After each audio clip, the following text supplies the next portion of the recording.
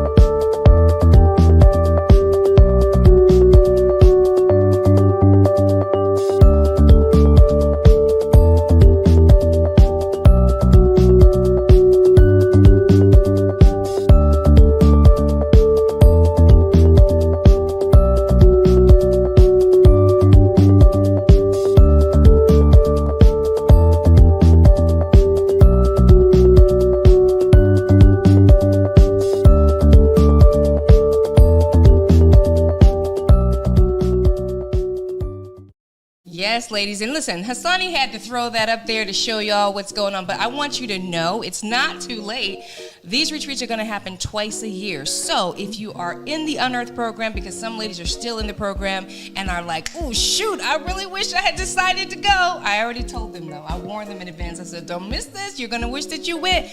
But we're doing these twice a year. And also, if you don't know about the Unearthed program, please reach out to us. The Unearthed program is a 12-week program where we do a deep dive on helping you discover the path back to you.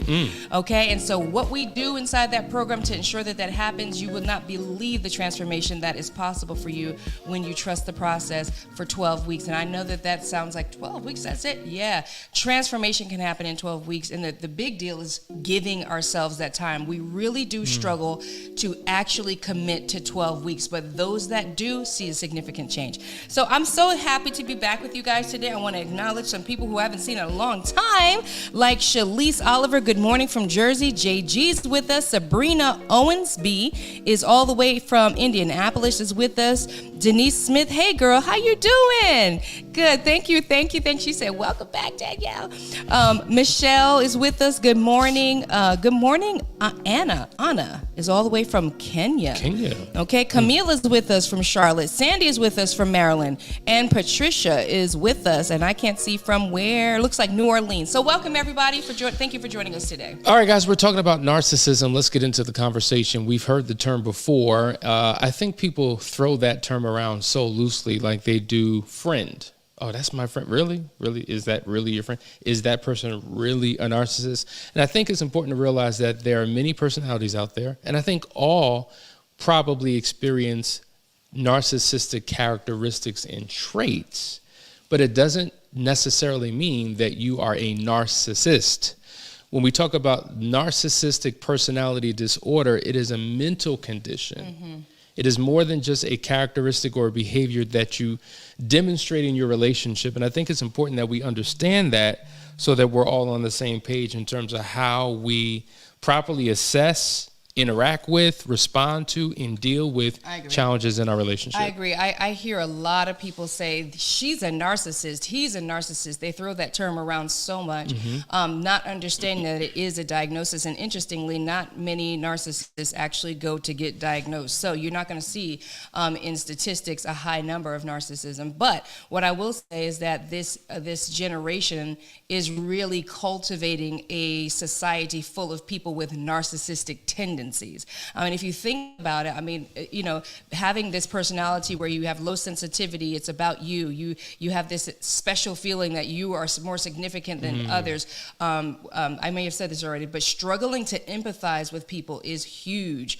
This need to be praised and admired, and then also at the same time, a need to tear you down and minimize you because, of course, you can't be on the same page as them. So there's a lot of these tendencies going around in our human culture, and I believe social media has a lot to do with it because look at us all day long. Look at me, look at me, look at me. And most of it is a farce in the first place. One of the questions that people often ask is, are people born narcissists or do they develop narcissistic personality traits over time? Yeah.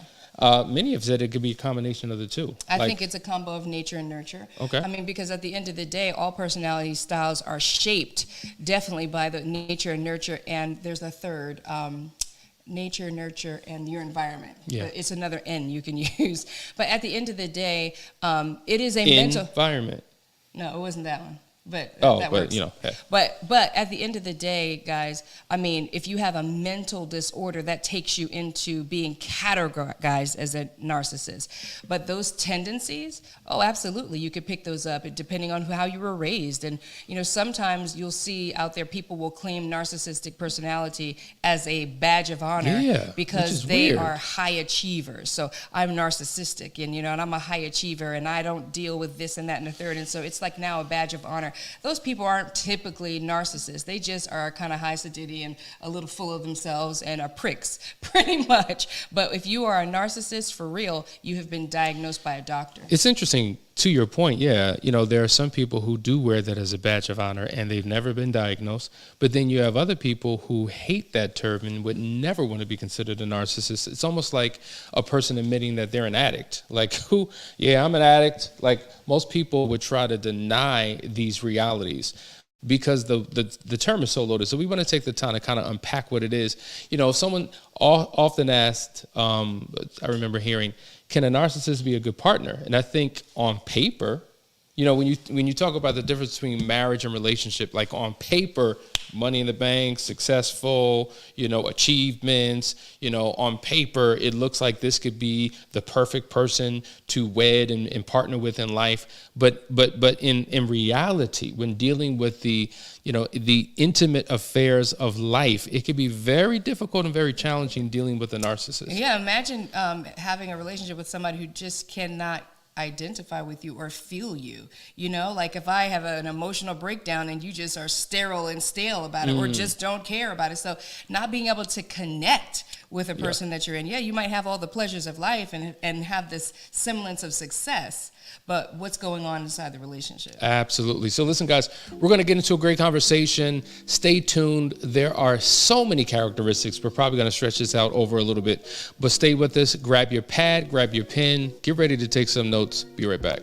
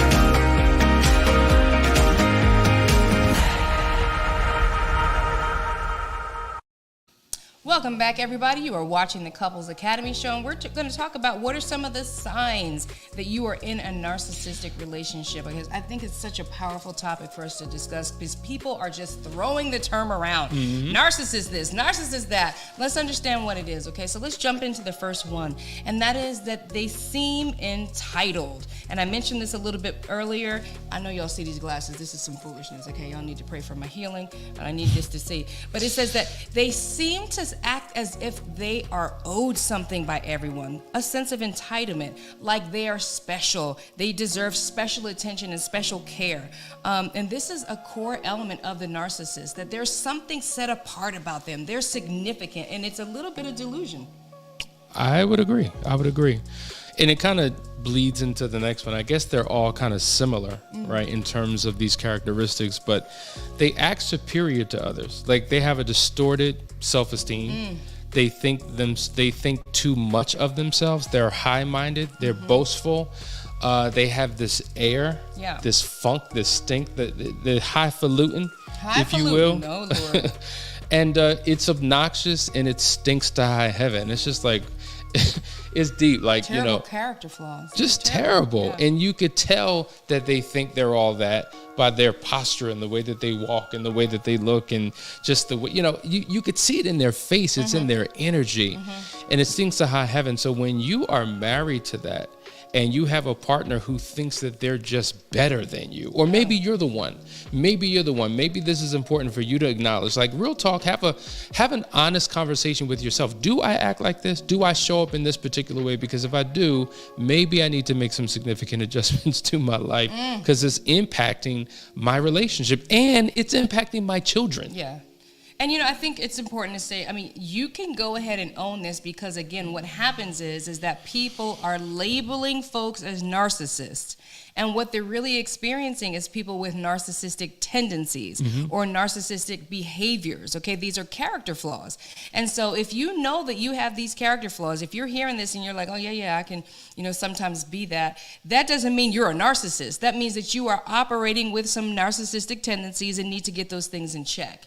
So let's go to the next one here. It says, they're not empathetic to your needs.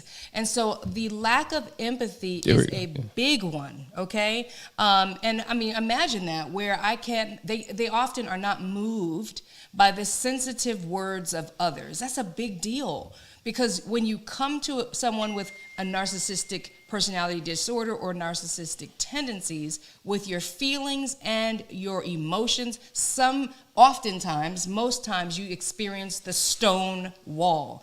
They are not moved by it. They are cold and callous. They straight up don't feel it, don't want to feel it, and you feel unheard, minimized, and diminished. Yeah. And so, this is something that you can become aware of right in the midst of it if you're operating in that way. But unfortunately, those who are diagnosed with a narcissistic personality disorder, oftentimes they say that this is a mental issue. They actually are numb and don't have these feelings. They're not even in there. Wow. So big difference between narcissistic traits and someone who's an actual narcissist. Yeah. Here's another one, guys. They think that people are jealous of them. Now, think about this in the context of a relationship, right? So, I come home from work and I'm talking to Danielle. Not only do I think others are jealous of me, right? They're jealous of my success and my accomplishments and my achievements at work. And I don't know why these people don't like me. You know what I'm saying? Every time I get praised and celebrated for what I do, I see the faces. The car I drive, when I pull up, I see how people are jealous and envious. The food that I eat, they eat in fast food. I'm eating steak and caviar. I see how they look at me. Like, I have this interpretation that other people are jealous of me and want what I have. But then that can also stem into a relationship where, couples oftentimes, raise your hand. I can't see you, but raise your hand if you're in a relationship where you and your partner are always one-upping each other. Oh, gosh. Right?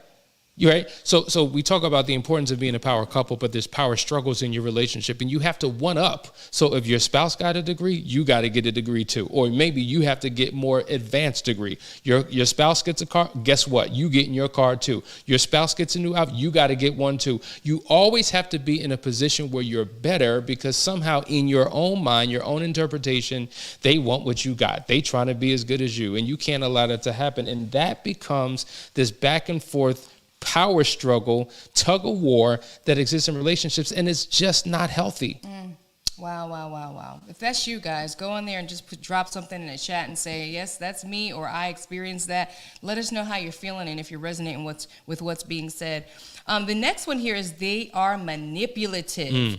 And, this is an interesting one, because in the same vein of them not having empathy and not being able to connect or feel you, you'll find that somebody with narcissistic personality tendencies will flip the script on you when it is beneficial to them. And so they can manipulate you. They can show the care that you need. They know what it is that you need the whole time, because they're withholding it from you intentionally, right? And it is a form of, they will have you thinking that you are going crazy making, telling you something that that you said or you didn't say, or manipulating what you said and spinning it around, gaslighting you. And so they have this way of manipulating you to question yourself, question your sanity, and self-blame. It's an interesting thing that these narcissists have this ability to do, because, they can trick you into thinking, oh, maybe he or she really does care about me. Maybe it's me. Maybe I'm confused. Maybe I'm too needy. Maybe I am asking too much. And next thing you know, you're questioning yourself. Absolutely. I tell you, many of you in the chat are responding. I could see that it's resonating with you because many of you have questioned, am I a narcissist or am I with a narcissist? Or do I have narcissistic tendencies? Yeah, without a shadow of a doubt. That's a good one. But I think that all personalities probably could grab a hold of one of these. That's true. We operate in this particular way. So thank God if you're not diagnosed, it means that there's still work that you can do to become the best version of yourself. You don't have to live and sit in this if you don't have that diagnosis. But let's go to another one, because this is a tricky one, right? They have to be admired. Now, we know that one of the love languages is words of affirmation. We know that one of the emotional needs is admiration, to be admired and honored. But there's a healthy dose of that, and then there's a very unhealthy dose of that. When you constantly have to be validated, constantly have to be recognized, constantly have to be acknowledged, everybody's got to praise you, honor you, it could speak to a deficit that exists within. So you're not finding fulfillment within yourself. You have to find it from other people, and that can be exhausting. That everything you do, I have to have a comment, or I've got to praise. I've got to, like, that's insane. It makes me think of just think about Coming to America, right? The first one, the good one, the funny one, right? The original one. How when the prince would walk in, how there would be these people putting flowers down, and people praising him, and they're bowing, and I mean that's good, I guess, if you're royal, right? I guess that's good for a show. But if that is the normal posture that you want other people to have of you, to praise you, to honor you, and oh, how great thou art, that's problematic. Mm-hmm. That is problematic. And the scripture talks about how pride comes before a fall. And so how it's good to humble yourself, right? It's good to have a lowly position, not position in terms of career and things of that nature, but in terms of posture, humility. Yes.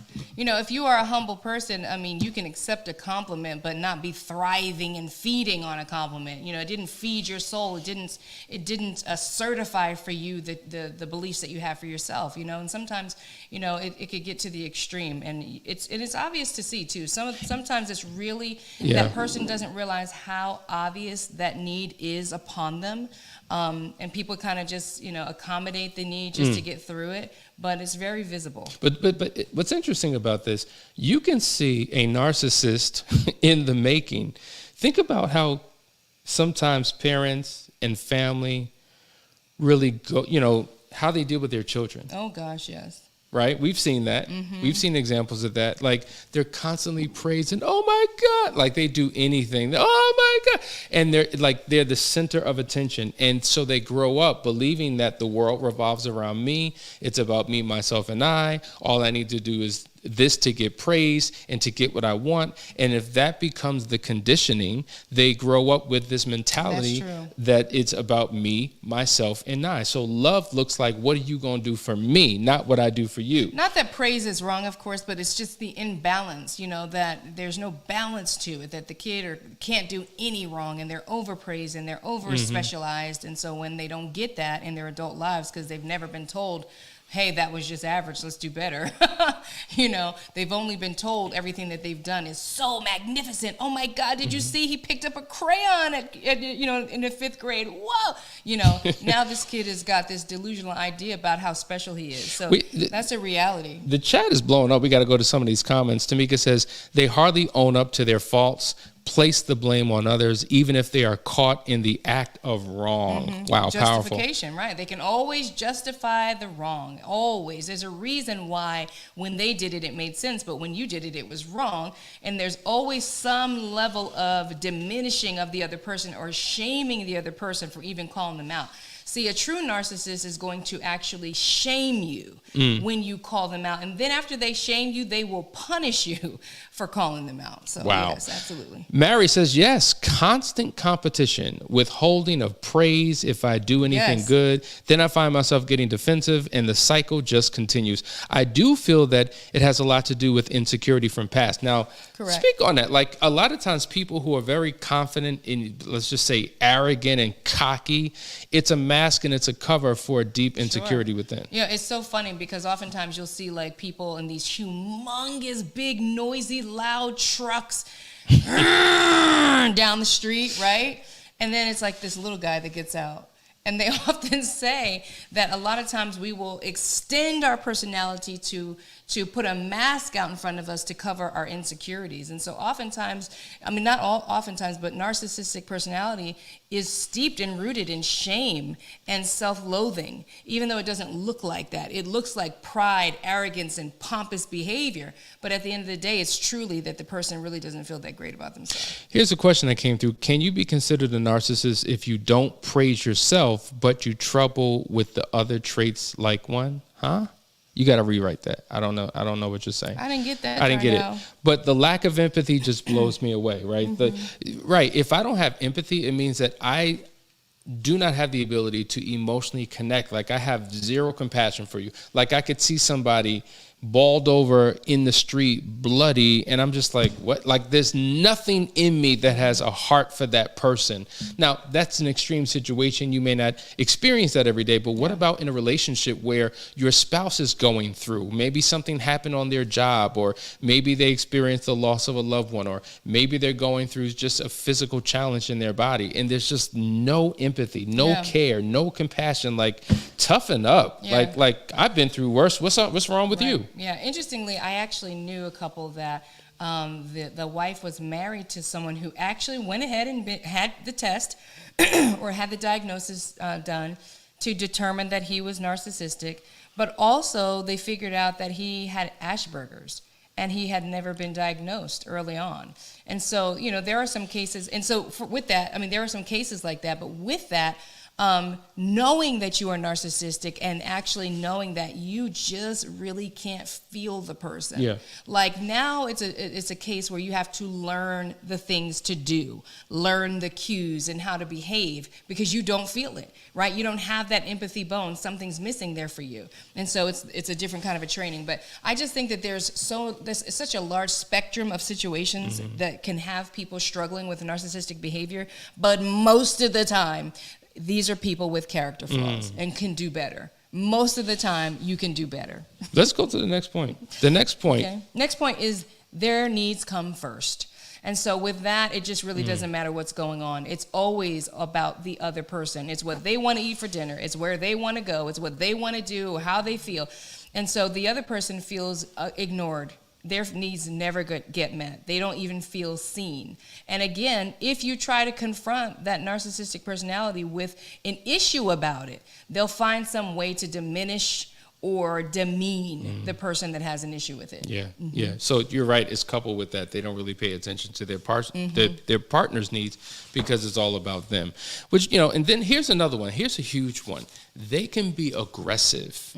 Aggressive not just in their physical presence, but in their personality as well. Obviously, if you are someone who you could be a verbal assassin. You could just bogart your way. You're always fussing and tussling and fighting verbally to get what you want, and whatever you need to do to get it, you will get it. You'll justify the means. But also physically, your presence, your energy, your disposition. We've known some narcissists who will literally get into physical altercations with their spouse to get their way. And it's just really traumatic in a relationship when you signed up to spend the rest of your life with someone because you love them, but they treat you like you are nothing, less than. It feels trapped. You could feel trapped in that type of relationship. I think Darnell came back. He says, like, if you don't praise yourself or be considered self-admired by others, but you do show other characteristics like being manipulative or showing up unbothered or... Yeah. I mean, so you're just talking about having narcissistic characteristics. Right. I mean, there's a whole spectrum of behaviors that we can have. So maybe you're not comfortable, showboating, right? But you can manipulate, and you maybe don't have a problem with diminishing your partner. So all these characteristics fall in line with it. That's actually a very good question, and it takes us into tomorrow's show because we're going to talk about the 4 different types of narcissists, and I think that's an excellent point. Like, for instance, if we deal with personalities, right? I'm a 3, right, in terms of Enneagram, but you have different subsets. So I am a self-preserving 3, but then there's a social 3, and then there's the sexual 3. We're all 3s, but we show up differently. We have different personality traits that we lean into. So likewise with a narcissist, just because you don't show up in one area doesn't mean that you're not a narcissist or you don't have narcissistic behaviors, because there's other behaviors as well. So I think that's a great conversation and transition into tomorrow's conversation. But I hope you got something out of today. You're watching the Couples Academy show. Guys, we love you. Stay tuned. There's more to come. We will see you in the AM. Take care.